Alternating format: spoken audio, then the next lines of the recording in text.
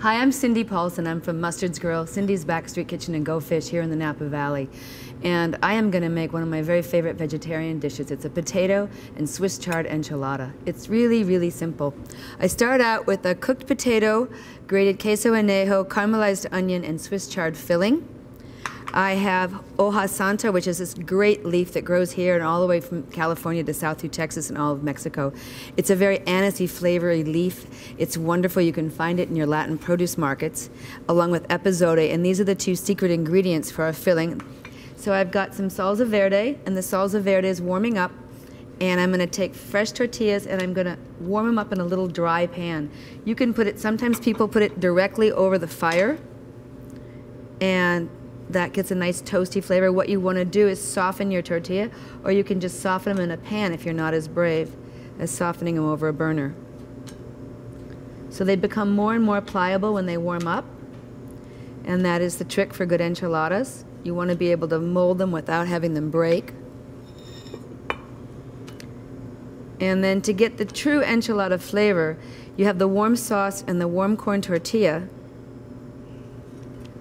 and we mix it into the sauce like this on both sides. So it's a little messy to work, so work right over a plate. That way everything stays clean.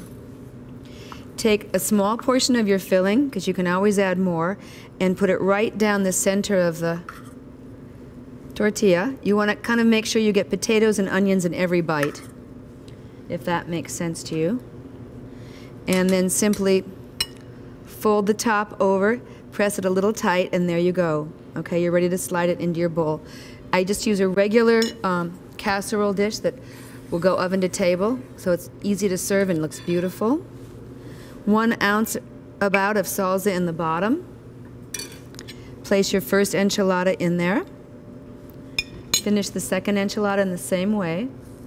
There's so many wonderful flavors in this dish because of the herbs that we've used. And then wipe off your hands. And then I use another 1.5 ounces or so of hot salsa over each enchilada. We're going to sprinkle it with crumbled queso anejo. If you don't have queso anejo, you could use mozzarella, you could use Monterey Jack. It's a really flexible dish. You can kind of use the things that you like in your kitchen. And we'll pop it in a 400-degree oven. So for a garnish, because it's a hot and baked and wonderful warm enchilada, I like to make this wonderful jicama slaw.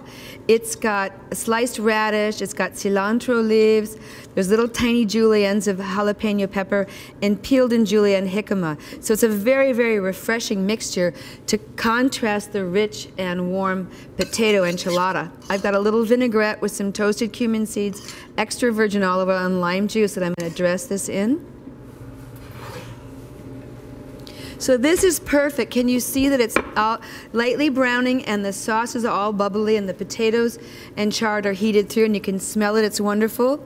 I like to put a little dollop of creme fraiche in the middle and then a little bit of the slaw on top, and voila. It's a great vegetarian main course, and you can of course make them individual and do them as a first course if you'd like for a larger meal.